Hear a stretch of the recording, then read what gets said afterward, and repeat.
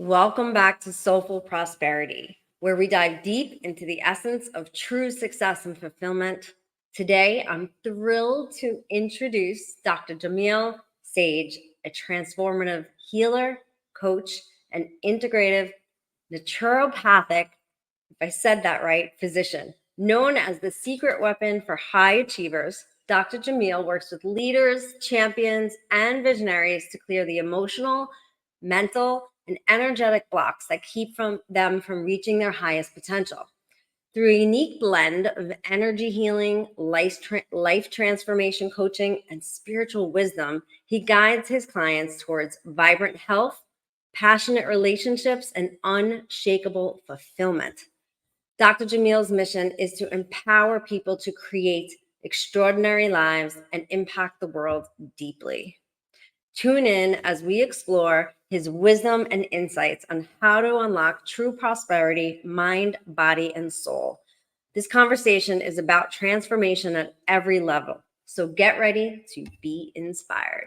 And let's welcome, let's see, where's the button? There you are. Let's welcome Dr. Jamil.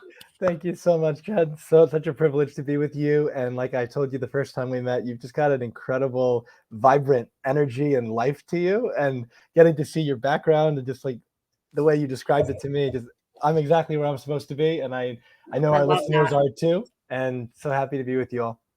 Awesome. Thank you. Thank you for the kind words.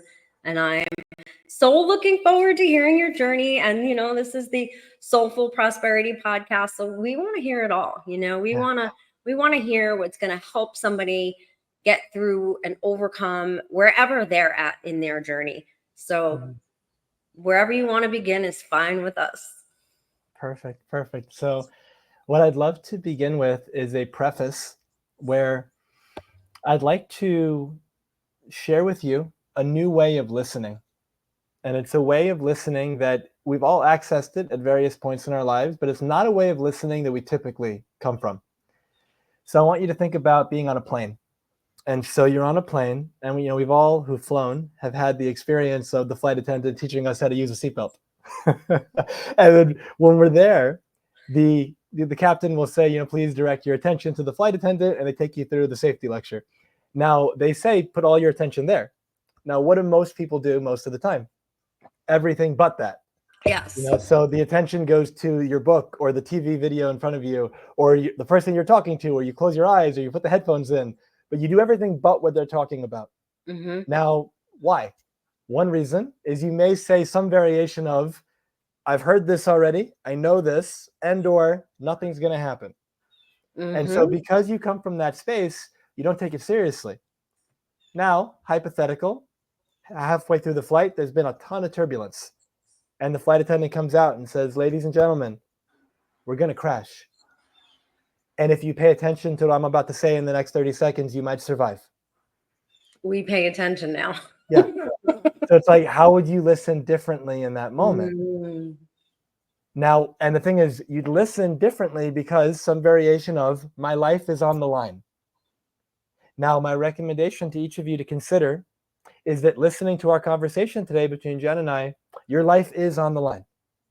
And the reason is because the present moment is always pregnant with the next moment.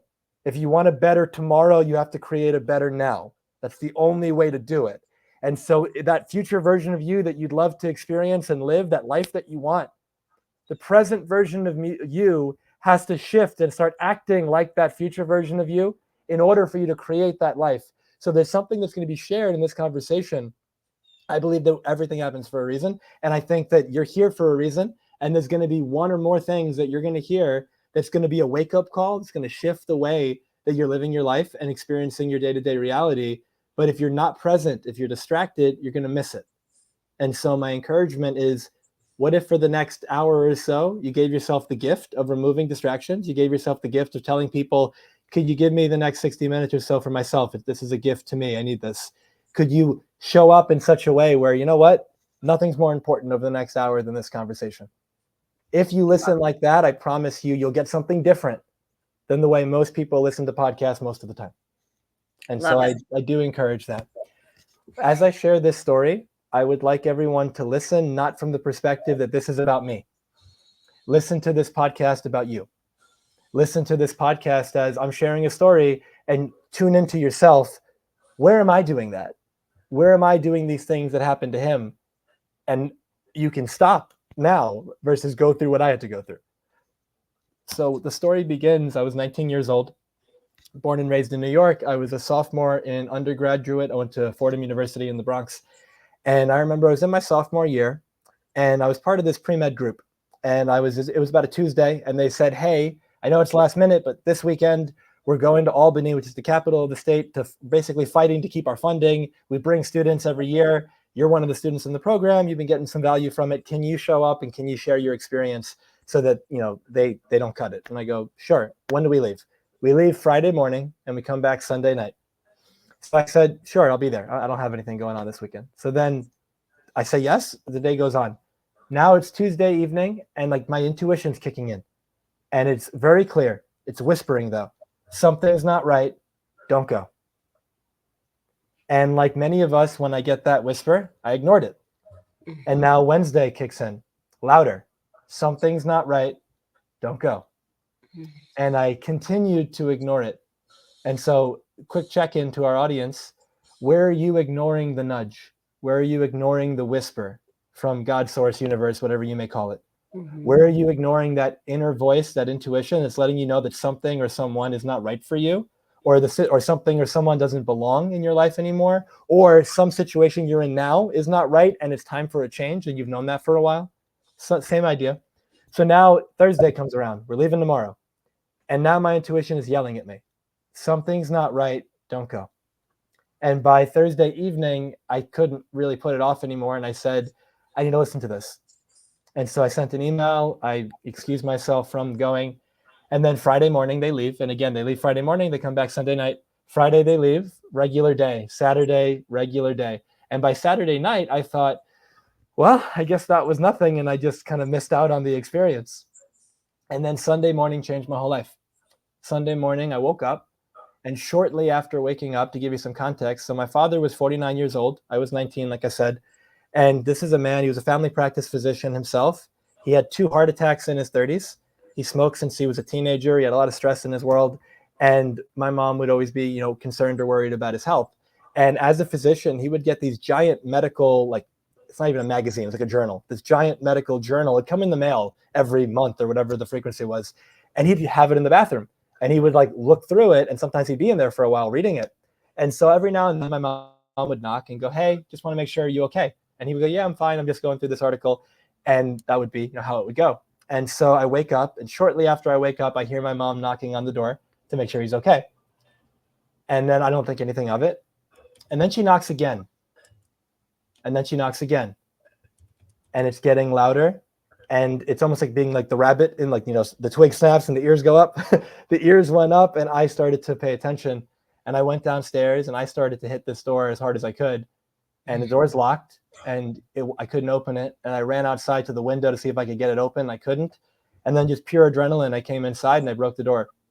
And my dad was unconscious. And we thought he had a heart attack. We called 911. Next thing you know, we're in the hospital, and it turns out he didn't have a heart attack. He had a brain aneurysm. Now, for anyone who's not familiar with what that is, I like to think of it like a blood vessel, like a tube in the brain, starts to balloon out. And if you're fortunate, you have one of the worst headaches of your life, you go to the hospital, hopefully they're able to take care of you, and then you're good to go. My dad wasn't as fortunate. His brain aneurysm ruptured. So imagine that balloon pops. Now he's bleeding in his brain, and he's in a 4-hour brain surgery, and we're being told it's the worst aneurysm the neurosurgeon ever saw, less than 5% survival chance. And if he survived, he'd be in a coma and likely never wake up. And for 4 hours, I'm hearing these doctors and these nurses who I know meant well, whispering in my ear, telling me, just want to let you know he's probably not going to make it. So you just prepare yourself for that. And obviously I was clinging to hope and prayer and everything else and just trying to stay positive, first and foremost for my mom and my sister and for myself. 4 hours later, the surgeon comes out to talk to us, and he survived. He's in a coma. We walk into the room when we're able to later that day, and he's in this hypercritical state. I've never seen a human being visually look that vulnerable. And we're being told he could die at any moment. And it's likely that he would die at any moment. And in that moment, I had this overwhelming and profound sense of regret. And the regret was basically saying that I took my relationship with my father for granted, that I didn't know my dad the way that I could have. And there I was thinking as a 19-year-old boy that my priorities, I was a track athlete. I love to run. So I was a runner, video games, movies, hanging out with my friends, like reading, like that was my thing. Not let me get to know my father man to man, soul to soul. Like that wasn't anywhere on my radar for whatever the reason. And there was this background thought, I have time. And so I'm 19, he's 49. I've got 40 more years. I've got 50 more years. Like, what's the rush? There's a Buddhist philosophy that I got exposed to a while back. And it just, the problem is you think you have time. And the thing is, I hope everyone listening has all the time that they want going forward in this physical existence. The thing, though, is you may not. And so if I ask you, how much time do you have left? Every single person has the same answer. I don't know. And so then the question is, what are you doing with the time that you have? And so there I was with my father in that room. My mom was there as well, and my sister. And I just felt this immense regret. I felt like I blew it. I felt like I wasn't going to have the opportunity to make this right for myself and for him. And I was very fortunate that we had 3 years that he survived before he passed away. He was in a coma for several months. When he came out of the coma, you know, he was 10% of what he was. And then we gradually were able to get him back over time, never back to 100, but probably around 70%. But the thing was that in the beginning, so he's in a coma for several months. I ended up taking several years off after college to be one of his primary caregivers. And for anyone who's been in that role, being a primary caregiver, having somebody fully dependent on you 24/7 can be physically, emotionally, mentally, potentially even spiritually draining, because you've got all your attention on somebody else and not on you.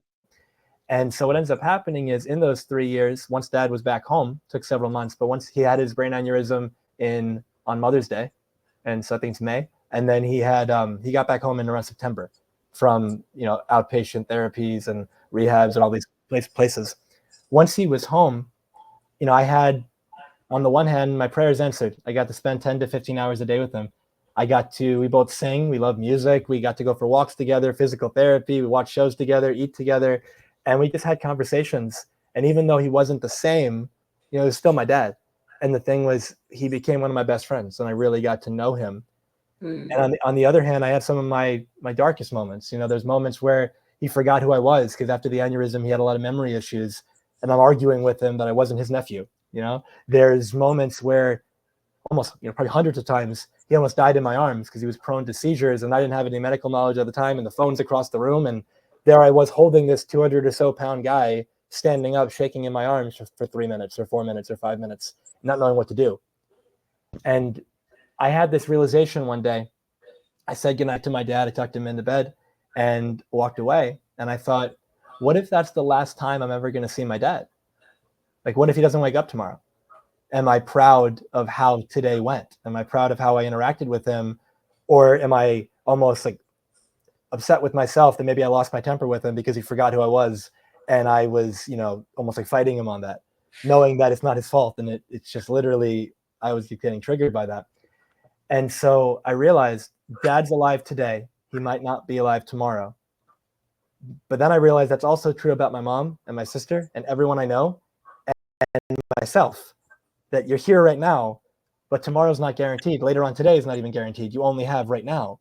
And so I decided to change my mindset, because one of the mindsets I had that I thought was pretty destructive in hindsight was I'd look at my dad and I'd see him maybe at 50%, 60% of the capacity mentally, emotionally that he used to be physically. And I would say in my mind, when am I going to get my dad back? Like, what do we got to do to get him back to the way he used to be? Now, what does that do? It prevents me from being with him as he is now. But as he is now is the only version of him that's real. And so the thing is, by me in my head thinking he's not good enough as he is now, I didn't use these words, but it's like in hindsight, me thinking that he was somehow deficient or defective or not good enough as he was, that someday he'll be better, that would prevent me from being in that unconditionally loving space and state for him right now. And it would keep me in this space of almost let down hope or like unmet expectation every day when he had moments of setback and he kind of fell back, because it was a sign that like it's not going in the direction that I want it to go. And then I just started to fully embrace him and love him as he was. And I let go of, I said, what if this was the best he'd ever get? And what if I could just fully love him now? Mm-hmm. And so another side note for our listeners, where are you being with somebody's potential instead of who they are? Where are you like seeing them as who they could be, which is beautiful to a certain degree, but you're missing what's right in front of you. And so there I was. Once I finally accepted him, it was amazing, the difference in my life. And I started to recognize the value of the day, the value of the moment, the miracle of life, that I'm alive right now. And there's people that really matter to me that are alive too, or there's experiences I'm having the opportunity to have right now. And I'm going to stop taking that for granted. And so anyone who knows me physically in person, like, I'm known for my hugs. And so one of my cousins, she gave me one of the best compliments I've ever gotten. I gave her a hug and she said, I love your hugs. Every time you hug me, I feel like you're never going to see me again. And that hit me right in the heart, because I was going for that without knowing that that's what I was like going for. And I remember having tears in my eyes when she said that. And I just told myself, and I told her, well, I might not ever see you again. Like we all know people who have passed on from this life earlier than we would have liked. Some of them maybe children, some of them babies, some of them teenagers, etc. And regardless of the age, it's almost like I had a friend of mine in medical school who lost a loved one, and he told me, my grandfather, he just got told he has 2 months left to live, but I can't go home for 3 months. And then he said, I spoke to him not that long ago before the diagnosis, and he goes, you never think that the last time you see someone's going to be the last time. And so with that in mind, all these things, this was after the fact, but I bring it into the story here. So there I was, excuse me, there I was recognizing the value of the moment, the miracle of now. And I started showing up fully. Like, this could be the last podcast I ever get to do. So I hold nothing back, ever. This could be the last hug I'm ever going to have. So you better believe I'm going to embrace. This could be the last sunset, the last sunrise, the last meal I'm going to have. So I do what I can to remind myself of that, to slow down and actually be here. Like, what could be possible if you just slowed down, and 3 simple words, be here now. And you actually be here now. During those 3 years, 2 of my cousins passed away. Both were sudden. One was 20, one was 21. And if you had asked either gentleman when they were 18, tell me about your goals, your dreams, the life that you want to live, I promise you neither guy would say I'd be dead in 2 to 3 years. Yeah. And so with that in mind, we get to the end of the 3 years and my dad passes away. And I remember being at his wake. It was 5 hours long, and over 7,000 people came. And I shook every single person's hand, and almost everyone said, your dad saved my life. And there were people from all different walks of life, different cultures, communities, religions, dress, everything. And it was so beautiful when they'd ask for permission. I'm right there next to the casket, and they would say, do you mind if I pray over the casket in my own way? And it was beautiful to see. In my mind, I was humbled by the impact that this man had, all the people that loved him. And first I thought, I wonder if I could do something like that, that I could make a difference in such a way that many people could be positively impacted. And then I had a realization that I want to share with you that I think is so important for our listeners.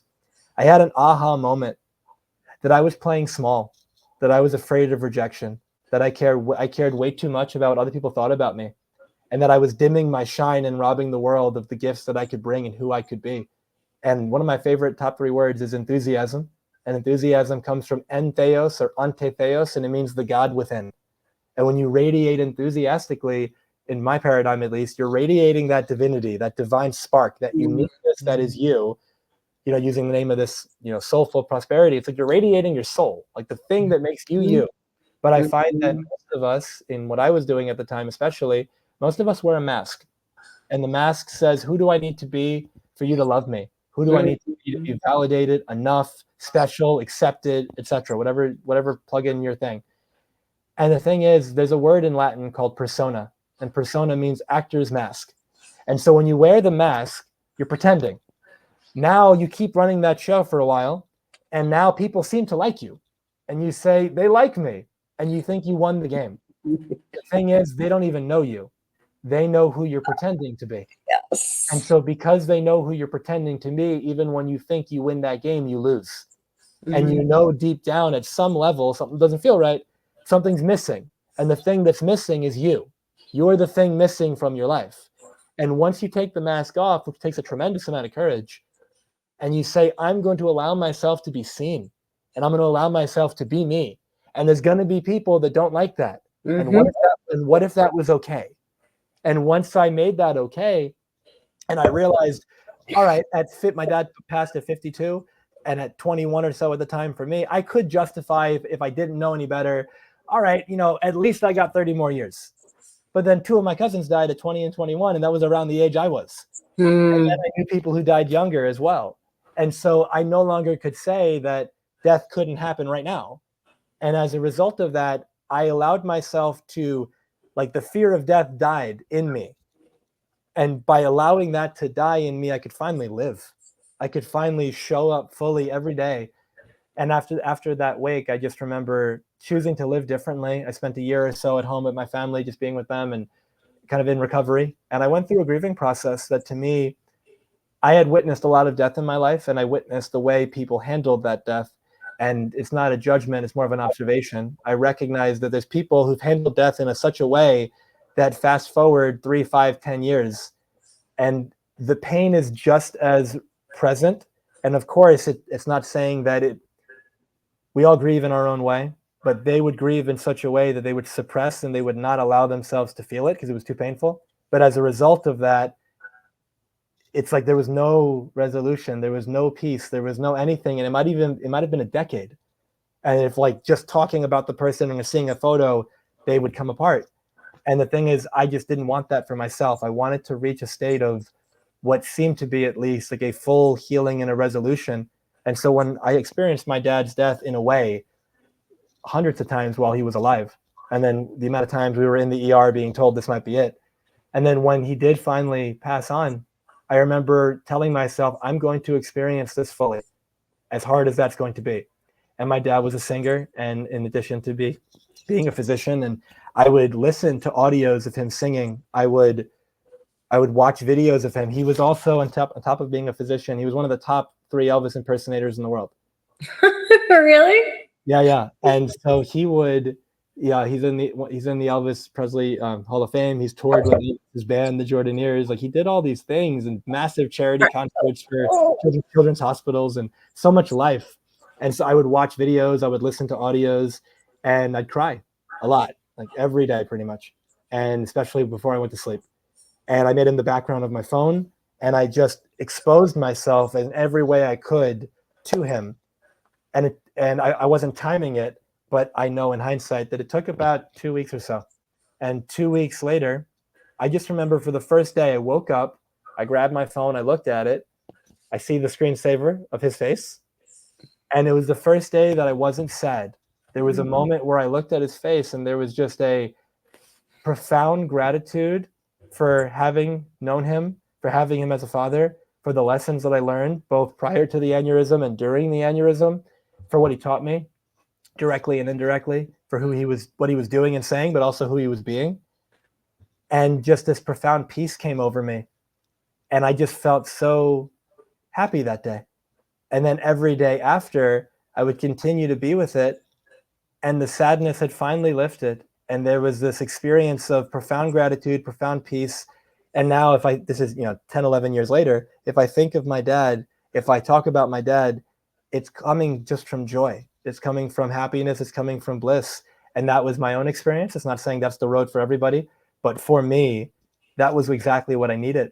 And then after that process, I went to medical school in Arizona, and I spent 5 years over there, and that was a beautiful experience. And then I got involved in the world of hypnotherapy and neurolinguistic programming from the mental and emotional psychological perspective. And then I brought in energy work.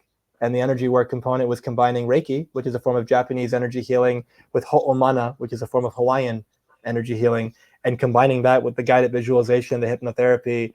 That's been such a passion of mine, and bringing that work in and literally seeing miracles in people's lives, whether it be physical health challenges. Doctors are saying they have weeks to live, months to live, and we've actually cured things in an hour, in a week, in a month. And there's also mental and emotional blockages that are releasing, and people finally being free of any challenges that they've been experiencing, negative beliefs about themselves, stuck emotional traumas, energies, etc. And it's just been a journey. And so I'm 34 right now. I started my journey at 14 in what I do now. I started very young. My dad's situation was at 19.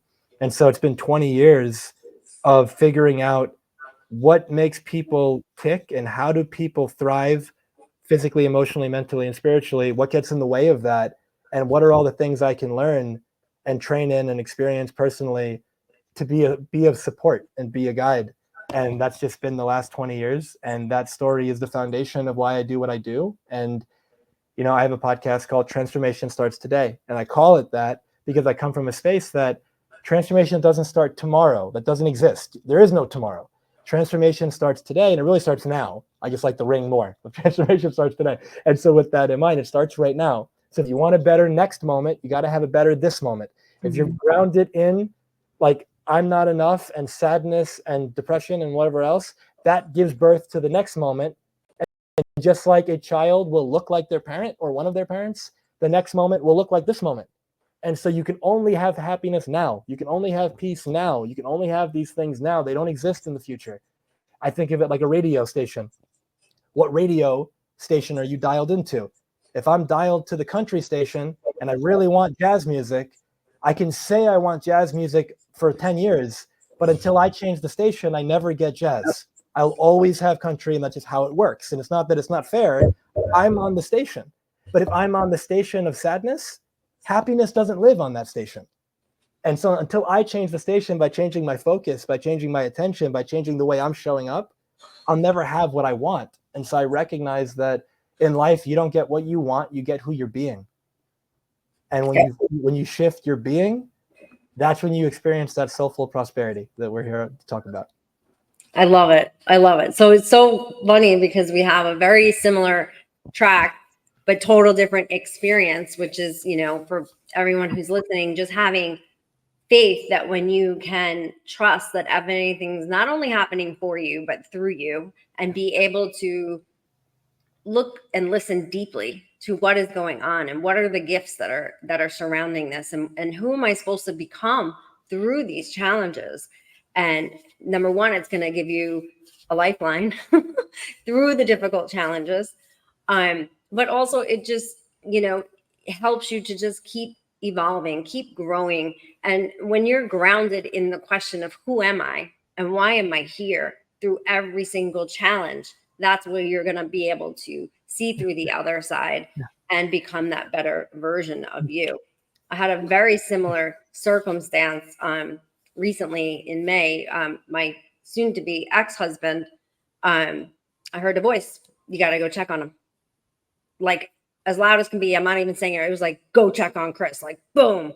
And I did. And I found him and saved his life. And my daughter and I said to my daughter, like, it's not, you know, it's her stepdad. I was like, you got to come with me. And that's when I really realized, I mean, I've come full circle to so many things in the last 5 years, 6 years, but really realized that I wasn't always listening to this intuition. And a lot of it was because of the persona, which I unearthed about 6 years ago. And then I had a really big event happen 2.5 years ago with my business partner, and, you know, lost everything basically.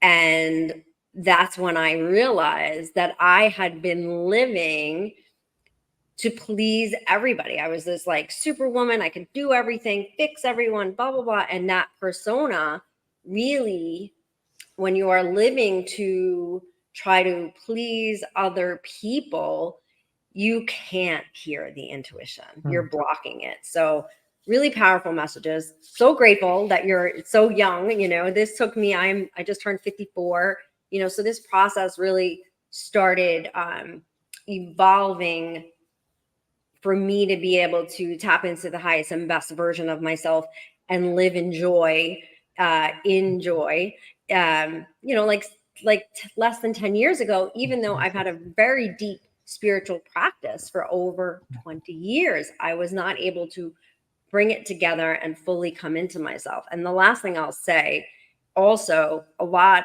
of that experience with your dad, I'm having a similar experience with my mom, but with my mom, it's her memory.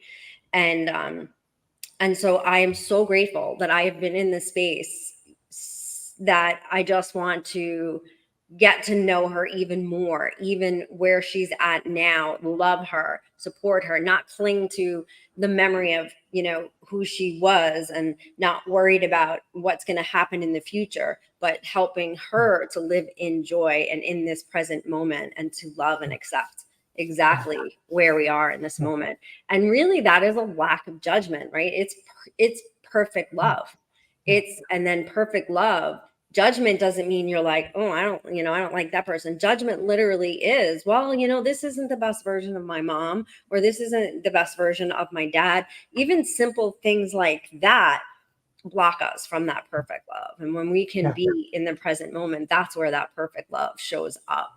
And so beautiful. So I love your story. Thank you so much, Jen. And if I could just comment on something you shared. So you talk about the perfect love. And I think the first person that everyone deserves to give the perfect love to is themselves. And I think that there's an example, you made a comment that I've heard many people say, and I've made it in different ways. And so I enjoy rock climbing. And so I remember rock climbing, and I'm 34. Like I said, I started rock climbing at around 30 or 31, I think 31. And I see people occasionally climbing, and they look like they're 5 years old, 4 years old. And when you get into climbing as an adult, your body didn't develop in a way that like you can really do that at the highest levels. Right. It's like your joints, your ligaments, your tendons, like you can get stronger to a certain degree. And I'm a way better climber than when I first started. But I look at these kids, and I remember a way more experienced climber than myself saying to me, oh yeah, I didn't start climbing until I was adult. There's a certain difficulty level that when you get there, your joints just can't handle that. But if you start as a child, you can develop it and you can do it. And so in a similar way, I would look going, wow, I wish I started climbing as a kid. And it's almost like we always, like that expression, the grass is greener on the other side. So it's like some people could hear my story, and relative to when they, had their experiences, they might say, I wish I got it at a younger age, or whatever the thing might be. And to me, with that self-acceptance, that self-love, that grace with ourselves, that compassion, that forgiveness, it starts with my life journey has unfolded exactly the way that it needed to. And the people that were in my life, the challenging moments that occurred, the experience, like I would not be who I am, and I would not have been able to help the people that I've been able to help if my father's experience did not happen. Now, in the moment, worst moment of my life, and in the moment is not what I wanted at all. But in hindsight, A, it happened. I can't do anything about that. And B, I found the gift in it. And it turned into this blessing. And I just remember coming from a space, and my recommendation for everybody, accept your path that you've been on, knowing that you could change, you can go whatever you want now. But my life has been a certain way up until this point. I've gotten certain lessons, I've gotten certain feedbacks, I've had certain experiences, and I haven't had others. And if anything that Jen and I are sharing is resonating with you, put age aside and say, okay, what about this is resonating? And how could I apply that starting now in my world, even 1% more than I have been? And if we come from that space, there's not like a secret shame. There's not this. Absolutely. I think shame, blame, guilt, none of those things are useful. It's not you should's rooted in shame. You could have the option right now to shift the way you're living your life if you choose to. And if you don't, that's beautiful too. It's all a choice. And I agree wholeheartedly. Like I have no regrets. Number one, most people don't get to feel the way that I feel right now, and to feel this freedom and this ease and this knowing, which, I still have challenges, and I still have moments where I need to retreat and heal, and like where I even though I'm still in joy and still in love, I have some dark moments, and I allow them in a beautiful way. It's hard to explain, but so and all of that came through my experiences. And also there's very little that I have not overcome in my life. And when you hear my story, you will understand. And that's a gift for everyone else, because I'm able to kind of be a buoy, in a sense, for people, because I'm not afraid of drowning. I'm not afraid of almost anything at this point. I don't live in fear, and I can see through every outcome. Yeah. And find the joy, inject the joy in every challenge. And that's just the beautiful way. And if I only get to live this way for another week, because of whatever, I'm so grateful that I've arrived here. And that is through my journey for sure. Yeah. And two things that you just inspired in me to share. I'm going to say it out loud so I don't forget them. One is injecting the joy. I'm going to speak to that. And then the other one is some people might listen to what you just shared and they might say, okay, but as it relates to the joy and stuff like that, it's like almost like how do I live that way? How do I bring that joy into my life more? And I'm reminded of this metaphor. Two people go to a party, and we've been both of these people, almost everyone listening. The first person goes to the party with the mindset of, do we really have to go to this? Oh my gosh, like so-and-so is going to be there. And this is going to be like, I don't even want to go to this. I can't believe you're making me.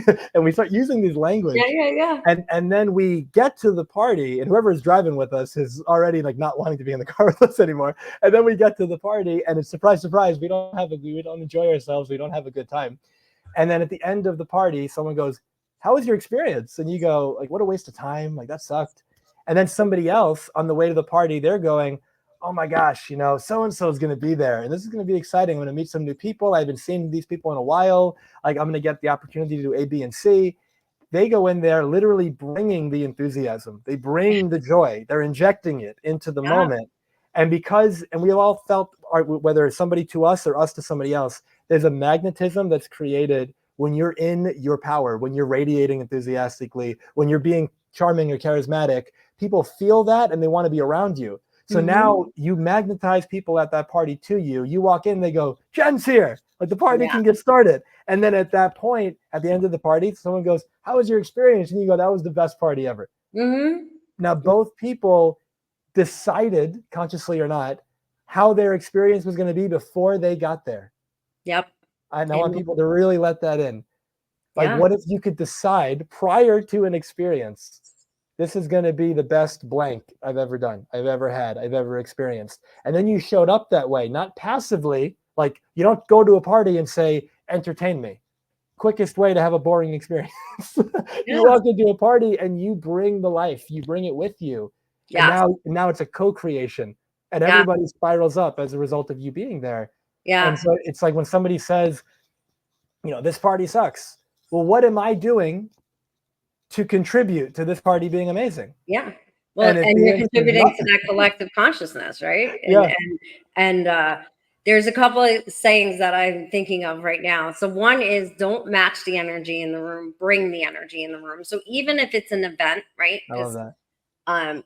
In political times right now, we can be apprehensive about going in certain rooms where we know there's going to be certain whatever, right? But that's a good example because I know a lot of people are suffering from that right now. So again, bring the energy. Don't match the energy. Bring the energy. It is infectious. And almost immediately the room will change because what you focus on expands.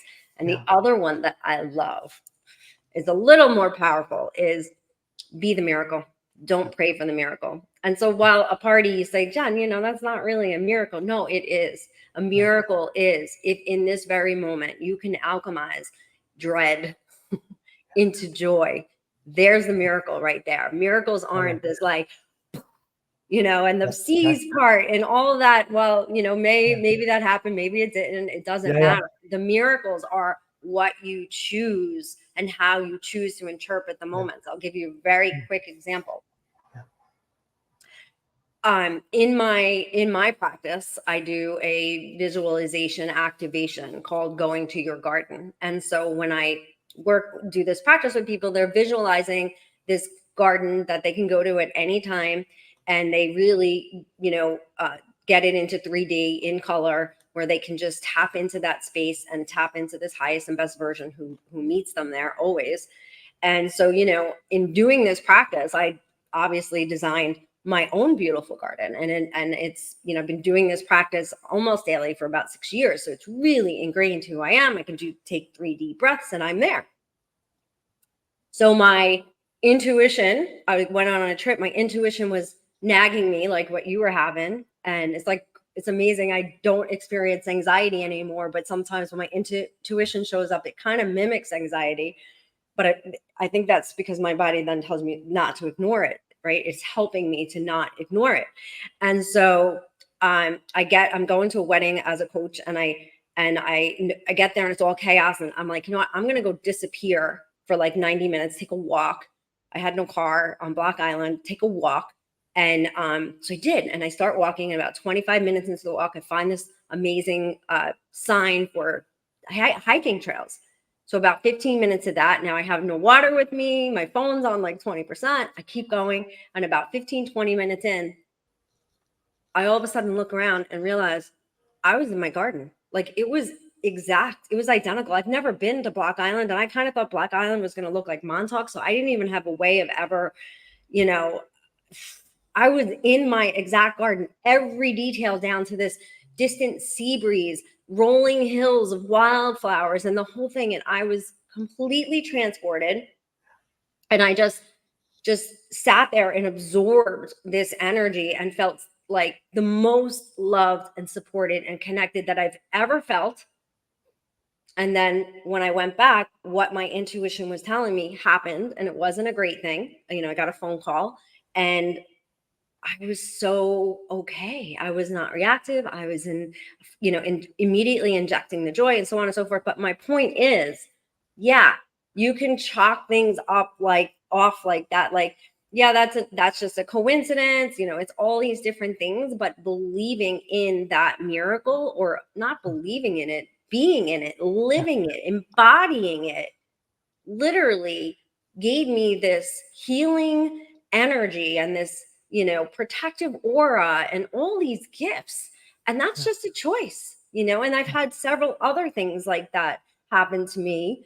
And just by choosing to believe and embody this happening through me, happening for me, and being fully connected, it's just a choice, like you said.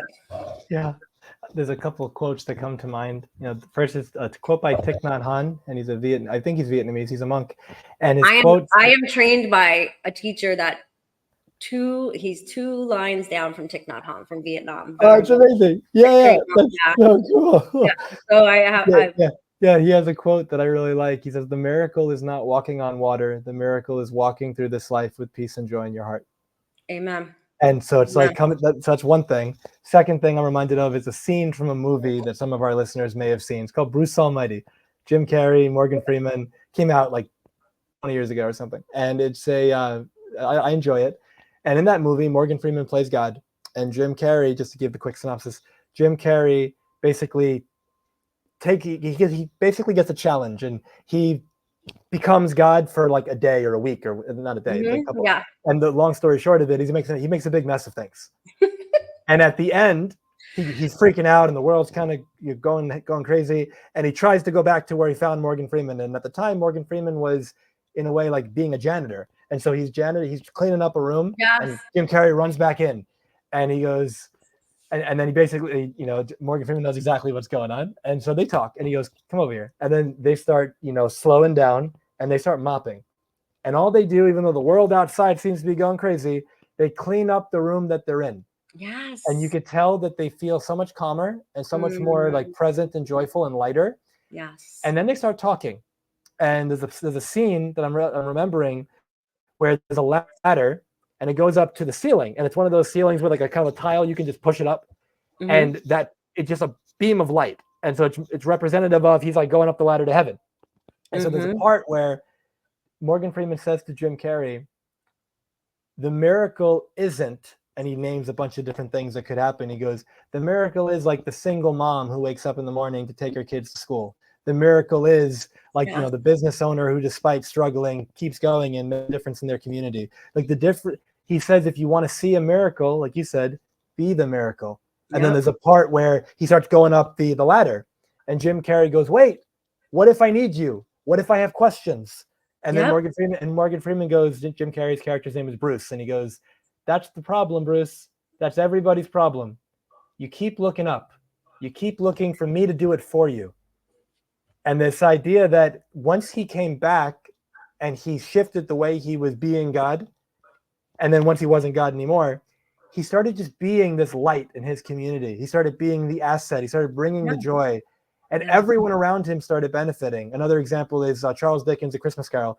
And you think of Ebenezer Scrooge before and Yes. after the experience with the three spirits. Yes. And when he wakes up Christmas morning after experiencing this massive wake-up call, he goes from being like the villain of the community to its greatest supporter, its greatest Yeah. hero. And he's bringing the cheer, and he's walking around tipping his hat, Merry Christmas, and bringing so much love and giving people money and raises and all these things. And he becomes the reason why Tiny Tim survives and all these things in the story. Yes. And so all that to be said, bringing it kind of full circle, life can be really messy. Life can be hard. Life can be challenging. In this I see us personally as spiritual beings having a human experience, Yep. but we are having a human experience. And part of that human experience is aren't good or bad. They just are. And then the question is, it's not that sadness or anger or depression are bad. Might not be your preference, but it's not that they're bad. And the quickest way to stay in them longer is to judge yourself for feeling them. Yes. Yes. And when you can be at peace with, you know what, I'm feeling sad right now. Right. And what if that was okay? Equanimity. And then you let yourself be there. And as that energy in motion, emotion, as you let that move through you, you come out of it so much faster. And it's fascinating to me that like the quickest way to, again, if I'm angry and then I judge myself for being angry because I'm not supposed to be angry, or it's not spiritual to be angry, Right. or whatever story I've got. Now Get more angry. I'm angry that I'm angry.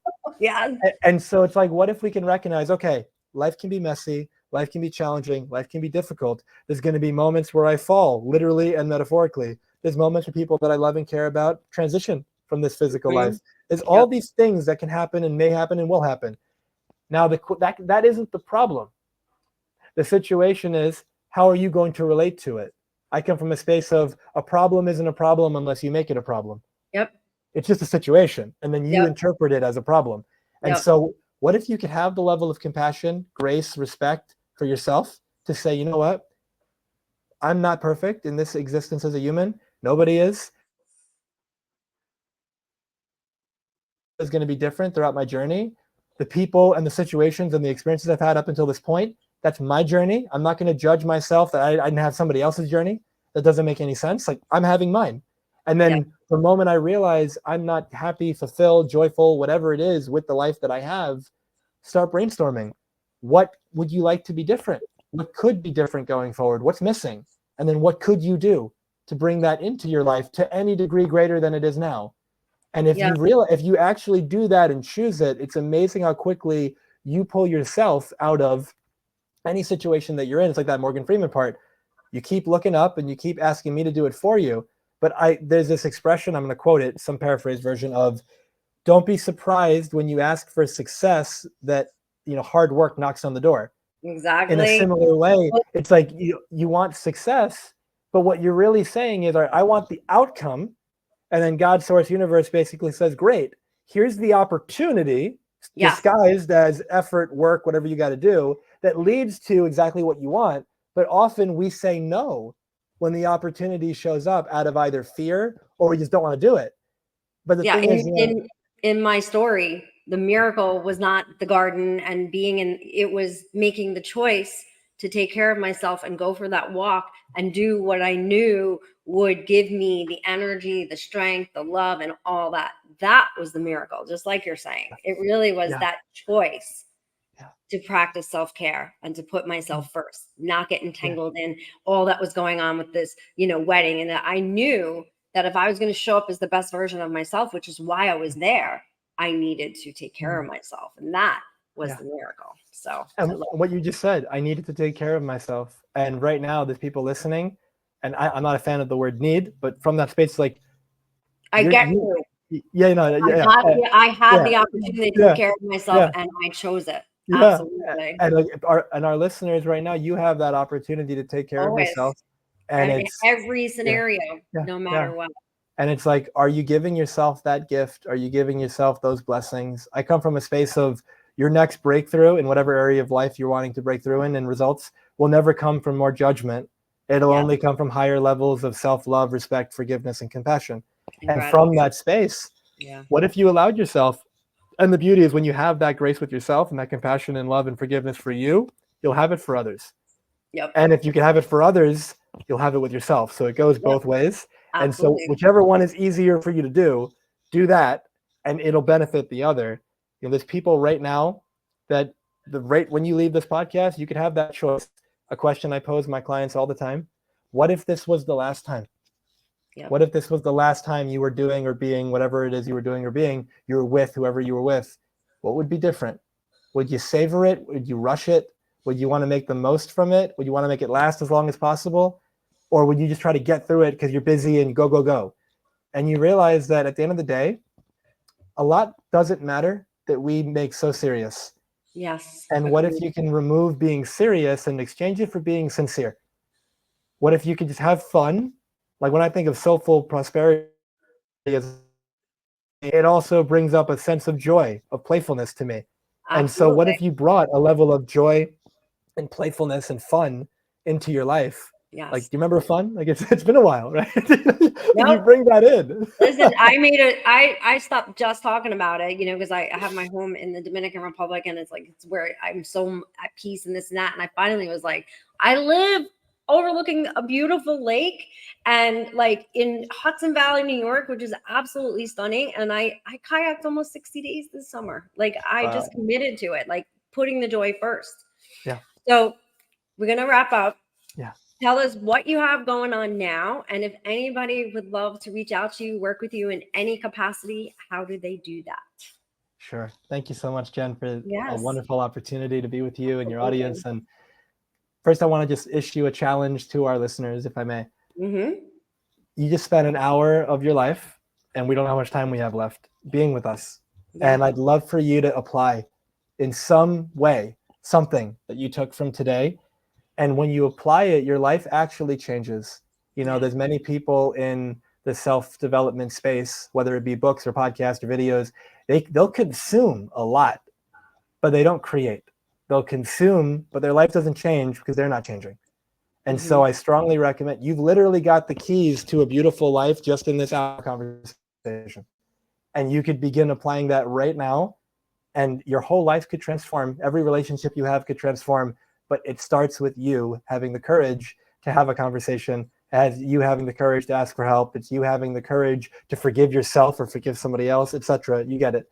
And so that's my challenge to everybody listening. Make the most of the time we spent together. And as it relates to a conversation, if anything here has resonated with you, if you're dealing with challenges right now, if there's something physically going on from a health perspective, if there's a mental or emotional challenge right now, maybe it's slowing down your business development, maybe it's slowing down your relationship, you're not feeling the happiness, the fulfillment, and you're wanting a change, and this has resonated, I encourage you to reach out. I believe things resonate for a reason, and people come together for a reason, so you're here for a reason. And with that in mind, you can go to my website, which is just jamilsayegh.com. It's JAMILSAYEGH. You can read up everything about me. You can check out what the work looks like. I've got my mastermind. I've got my one-on-one work, a variety of experiences with coaching, healing, all these different things. And you can check it all out there. And on social media, on Instagram, I'm at Dr. Jamil Sayegh, DR in my name. Facebook and LinkedIn is just Jamil Sayegh. I've been putting content out since 2014, and it's been such a beautiful experience. It's short, bite-sized pieces of content. It could be a quote, it could be a minute video, but it's all designed to just shift your perspective on the day and just give you newfound, let's say, joy, newfound insight that you can act on. I love it. Beautiful, beautiful, beautiful. Thank you so much for being here with us.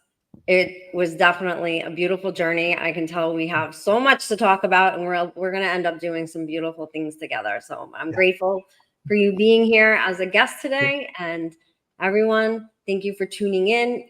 As always, if there's anything I can do to support you, just reach out.